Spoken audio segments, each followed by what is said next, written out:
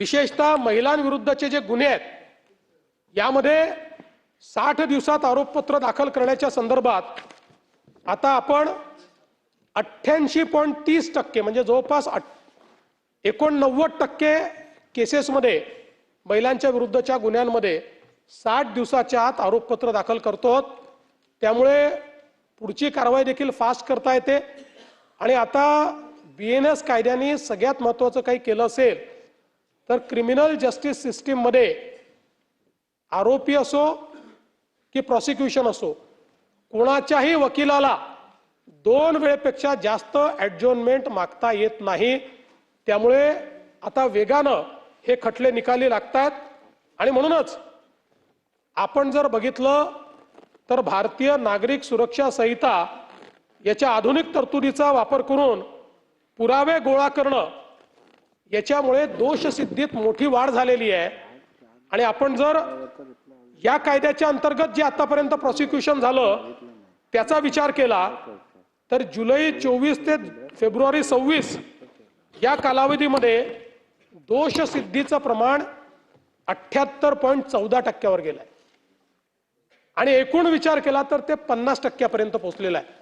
म्हणजे आपण विचार करा की साधारणपणे 2012-13 साली आपण 8 आणि 9% होतो।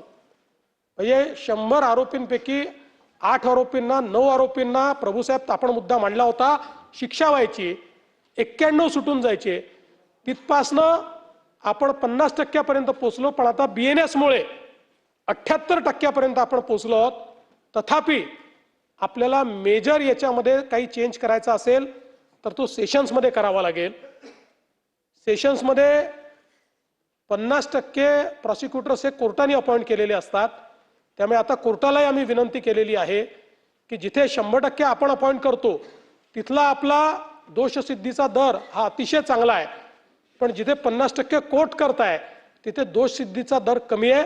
त्यामुळे आता कोर्टासोबत बैठक घेऊन तिथेही तो दर कसा वाढवता येईल हा प्रयत्न आपण त्या ठिकाणी करणार आहोत।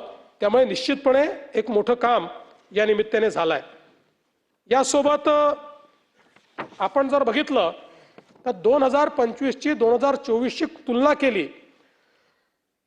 तर त्याच्यामध्ये जे प्रमुख गुन्हे आहेत त्याच्यामध्ये घटच झालेली आहे। आपण जर बघितलं तर साधारणपणे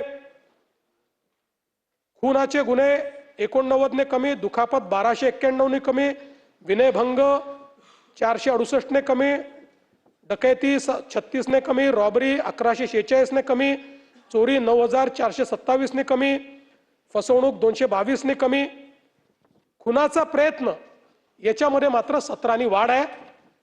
बाकी जे मेजर हेड्स आहेत या सगळ्या हेड्स मध्ये या ठिकाणी गुन्ह्यांमध्ये घट झालेला आपल्याला पाहायला मिळतोय।